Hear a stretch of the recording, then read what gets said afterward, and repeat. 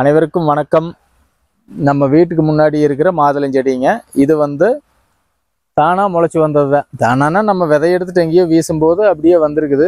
இப்போ தான் இந்த வருஷம் தான் முதல் காப்புங்க. இதுக்கு கிட்டத்தட்ட ஒரு 1.5 வயசு இருக்குது இந்த செடிக்கு. இப்போ தான் முதல் காப்பு காய்க்குதுங்க. இதில் வந்து அதிகமாக சொத்தை விழுகிறது இல்லை.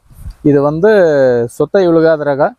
இது நம்ம சுகுணமாக கொடுத்துருந்தா அவங்க கிட்டேயுமே இந்த வெரைட்டி மட்டும் சொத்தை விழுகாத காய்களாக தான் அவங்க கொடுத்தாங்க. அவங்ககிட்ட ஒரு 5-6 வெரைட்டி இருக்குது நாட்டு மாதுளையிலேயே. இந்த சொத்தை விழுகாத ரகம் பார்த்தா இந்த ரகம். ஆனால் வந்து இது அணில் கிளியெல்லாம் வந்து நிறைய சாப்பிட்ருப்புங்க. இன்னும் தெரியாமல் இருக்குது. அதுக்கு உள்ளேருந்து ஒரு காய் பொறிச்சுது. இதனுடைய சுவை எப்படி இருந்ததுனாங்க, அந்த காய் வேல்முருகன் வந்தார், பறித்து சாப்பிட்டாருங்க. இல்லைன்னா அதை பதிவு பண்ணியிருப்போம். பழம் வரும்போது பதிவு பண்ணுறேங்க. உள்ள ஒரு காய் பழுத்த மாதிரி தான் தெரியுது.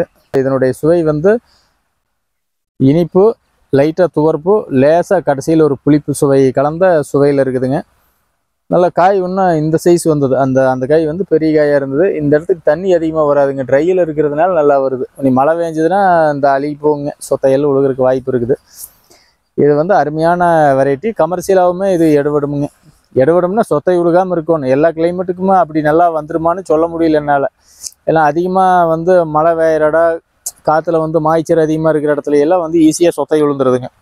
அவர் நல்லா வந்துட்டா அணிலுமே கிளியும் பூரா தின்னு போட்டு போயிடுது. இப்போ நம்ம மரத்துக்காயை இப்போவே பதிவு பண்ணுறோன்னா பழுக்கு வரைக்கும் விடுறது இல்லைங்க. யாரோ வந்து பிஞ்சை பொறிச்சு வீசியிருக்கிறாங்க கீழே. ஆனால் வந்து இது வரைக்கும் இது சொத்தையெல்லாம் ஆகலை, நல்லா தான் வந்திருக்குது. உள்ளே இருக்கிற காய் வேணால் யாருக்கு தெரியாமல் இருக்கிறது தப்பிச்சு வர்றதுக்கு வாய்ப்பு இருக்குதுங்க. அது பழமானா உங்களுக்கு போடுறேன். இந்த செடி வந்து இப்போ நம்ம நர்சரியில் இருக்குது. எடுத்துக்கொண்டு போய் வீட்டுக்காவது நட்டுக்குங்க. கமர்ஷியலாக அது போகுதோ போகாமடுதோ. ஏன்னா நான் டாக்டர் கு சிவராமன் சொல்லுவார், புளிப்பு மாதுளைன்னு. புளிக்கிற மாதுளை எங்கே இருக்குதுன்னு நானுமே சும்மா சொல்லுவாராட்டு இருக்குது அப்படின்னு நினச்சிட்டு இருந்தேன். இதனுடைய சுவை வந்து இந்த புளிப்பு மாதுளையினுடைய சுவை. இதுதான் புளிப்பு மாதுளைங்க. அவர் சொல்கிறதே வந்து புளிப்பு மாதுளை தான் வந்து அதிக மருத்துவ குணம் இருக்குது அப்படின்னு சொல்லியிருப்பார்.